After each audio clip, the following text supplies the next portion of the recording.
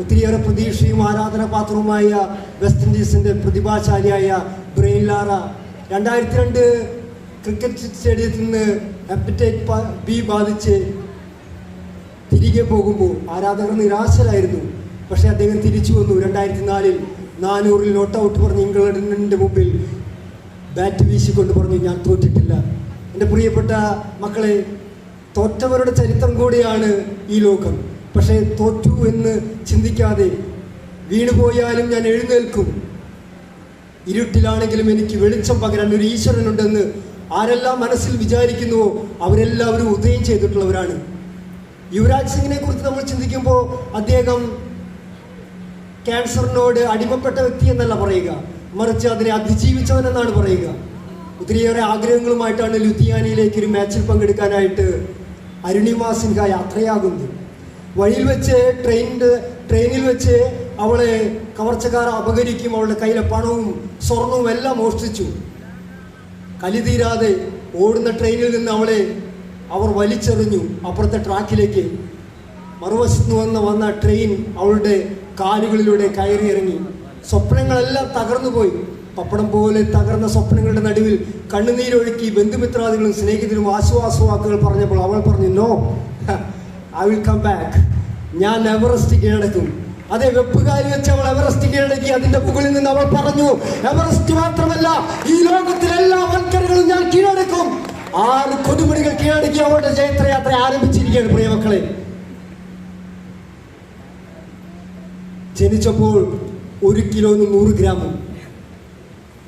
ഈ കുട്ടി 6 മാസത്തിൽ കൂടുതൽ ജീവിക്കുകയില്ല. അഥവാ ഇനി ജീവിക്കുകയാണെങ്കിലും 2 വർഷം. പക്ഷെ ഈ കുട്ടി പെട്ടെന്ന് മരിച്ചു പോകും. ചികിത്സിച്ചിട്ട് യാതൊരു കാരണമില്ല. അമേരിക്കയിൽ ഓസ്റ്റിൻ എന്ന നഗരത്തിലെ റീത്ത ഗോട്ടിലുപ്പ ദമ്പതികൾക്ക് ഇത് വല്ലാത്തൊരു വേദനയായിരുന്നു. അവർ പറഞ്ഞു, ഇല്ല, ഞങ്ങളുടെ മകളെ ഞങ്ങൾ വിട്ടുകൊടുക്കില്ല. അവൾ യുരൂപയായിരുന്നു, അവളെ കാണാൻ വൃത്തിയില്ലായിരുന്നു. ലോകം അവളെ ഇങ്ങനെയാണ് പറഞ്ഞത്, ഒരു അഗ്ലി, ഏറ്റവും വൃത്തികെട്ടവളാണ് അവൾ എന്നാണ് പറഞ്ഞത്. പക്ഷേ 29ാമത്തെ വയസ്സിൽ അവൾ ഒരു പുസ്തകം എഴുതി, ലിസി വലസ്കസിന്റെ ലിസി ഈസ് ബ്യൂട്ടിഫുൾ. ഇന്ന് ഏറ്റവും കൂടുതൽ പണം വാങ്ങി മോട്ടിവേഷൻ ക്ലാസ് എടുക്കുന്ന 29 കിലോ മാത്രം തൂക്കമുള്ള 33കാരത്തി, അത് ഓസ്റ്റിൻ എന്ന നഗരത്തിൽ ജനിച്ച് വെറും 2 വർഷം ജീവിക്കുക എന്ന് പറഞ്ഞ അവരുടെ മുമ്പിൽ അവൾ ഇന്നും ജീവിക്കുക. തൊട്ടുകൊടുക്കരുത്. God will with you. Don't afraid. God be with you. ദൈവം നമ്മുടെ പക്ഷത്തുണ്ട്. നമ്മെ തോൽപ്പിക്കാൻ ആർക്കും സാധിക്കില്ല പ്രിയരെ. അതുകൊണ്ട്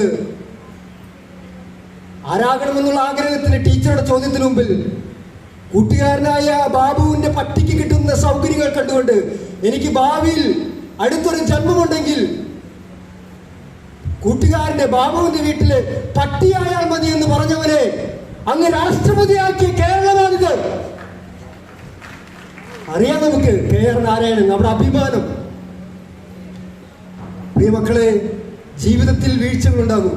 ഇപ്പോൾ നിങ്ങൾ എല്ലാം A+ നേടിയിരിക്കുന്നവരാണ്. പക്ഷേ പരാജയപ്പെട്ടു പോകരുത്. നിങ്ങൾക്ക് തുണയായിട്ട് നിങ്ങളുടെ മാതാപിതാക്കളുണ്ട്. നിങ്ങളുടെ വലിയ സ്വപ്നങ്ങൾക്ക് വേണ്ടി എന്നും താങ്ങും തണലുമായിട്ട് നിങ്ങളുടെ മാതാപിതാക്കൾ നിതാന്ത ജാഗ്രതയോടെ നിങ്ങൾക്ക് വേണ്ടി അധ്വാനിക്കുന്നുണ്ട്, കഷ്ടപ്പെടുന്നുണ്ട്. അവരെ ഒരിക്കലും നിങ്ങൾ കണ്ണുനീര് കുടിപ്പിക്കരുത്. അവരുടെ മുമ്പിൽ നക്ഷത്രങ്ങളായി നിങ്ങൾ ഉദയം ചെയ്യണം. രാമേശ്വരത്തിന്റെ തെരുവിലൂടെ കടല വിറ്റും പത്രം വിറ്റും ജീവിച്ച മനുഷ്യൻ പിന്നീട് റോക്കറ്റ് വിക്ഷേപണ കേന്ദ്രത്തിന്റെ ഡയറക്ടറും രാഷ്ട്രപതിയുമായി നമുക്കറിയാം. ഞാനിതെല്ലാം പറഞ്ഞത് എന്തെന്നറിയോ?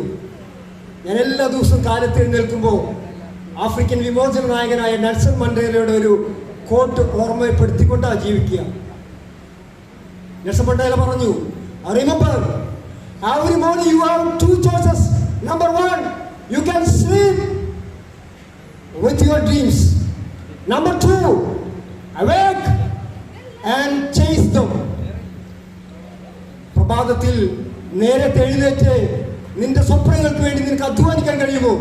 ബഹുമാനായ ശ്രീകുട്ടൻ പറഞ്ഞതുപോലെ മഴയെയും വെയിലിനെയും അതിജീവിച്ച് ആഘോഷങ്ങളെല്ലാം മാറ്റിവെച്ച് സ്വപ്നങ്ങളെ ചിറകിലേറി നടക്കാൻ കഴിയുമോ?